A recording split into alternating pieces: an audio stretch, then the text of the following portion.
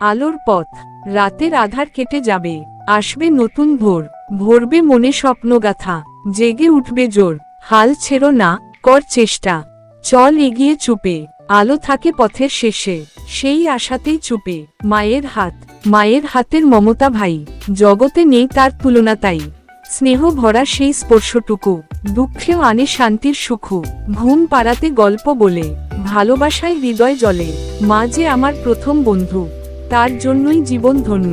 1 যেমন কর্ম তেমন ফল, মানুষ তার কাজের ফলই পায়, ভালো করলে ভালো, খারাপ করলে খারাপ।